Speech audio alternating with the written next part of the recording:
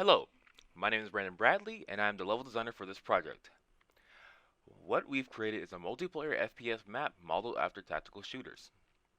Our goals for this map were to hammer down player choice while incorporating the different gameplay styles to ensure every type of player could play in a way that's best for them. Each team has one goal. The attacking team must go to either Site A or Site B, plant a bomb, and stop the bomb from being defused by the enemy team. The defending team must defuse the bomb if the attacking team manages to plant it, or defeat all players on the attacking team. The explicit path is always guided by arrow graffiti and lights. By following these directions, the players will be guided directly to either site. The intrinsic path is a bit more discreet, not guided by arrows but by small light sources. These paths are blocked or hidden but can be opened by shooting the obstacle in front of them. This is a shortcut most skilled players will utilize in order to approach from less obvious areas. The emergent areas can be considered the middle of the map and the battle areas for both sides. After the player manages to approach one of these sites intrinsically or explicitly, they have the freedom to fight in these areas however they please. This is supplemented by varying levels of elevation and an assortment of cover in order to keep the gunplay complex and interesting.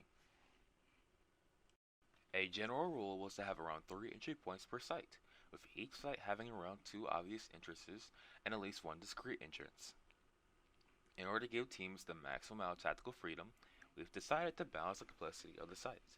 For the attacking, the left side is hard to approach the battle area, but it's easy to defend the bomb due to less attack options. The right side is easy to approach the battle area, but it's hard to defend the bomb due to so many attack options. The point of this is to allow for different strategies based on the team's preferred tactics.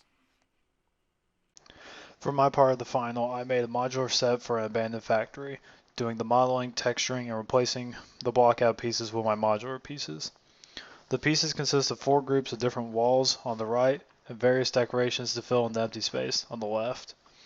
Multiple trim sheets consisting of 4 textures each were used to texture the different pieces until trim sheets proved inadequate for larger central decorative pieces, which then Substance Painter was used for.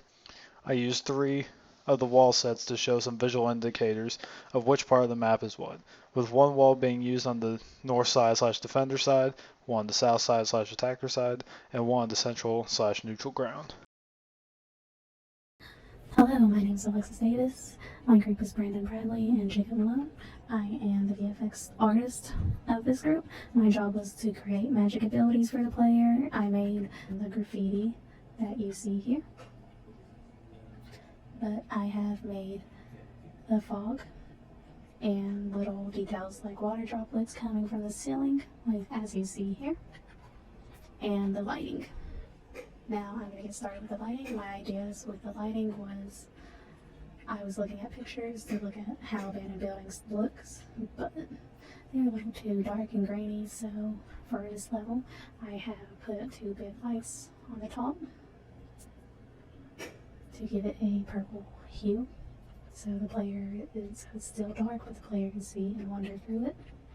But also giving enough light for the player to find where they need to go. The graffiti I made are from simple materials. I have hand drawn many of these, and along with instructions and help the player find their way through. Others like these are just to give the level some more detail to it. Now for magic abilities you have seen earlier, I have modeled in Maya and brought in here to give them all different feels to them. And I had made them into their own separate blueprints. As you can see, they're all basically the same blueprint, so it wasn't too hard to figure out how they would work. And then putting them into the projectile blueprint.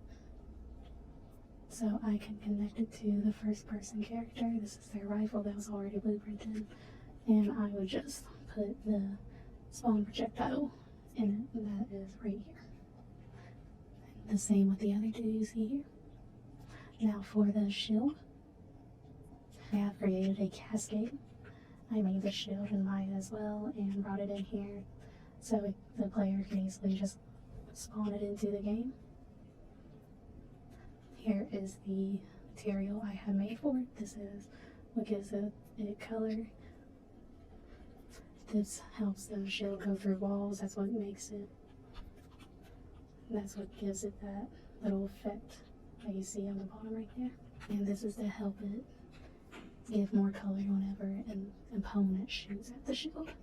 And that's what this is for. And it's all connected to the first person character. This is what spawns it, and this is how it deflects.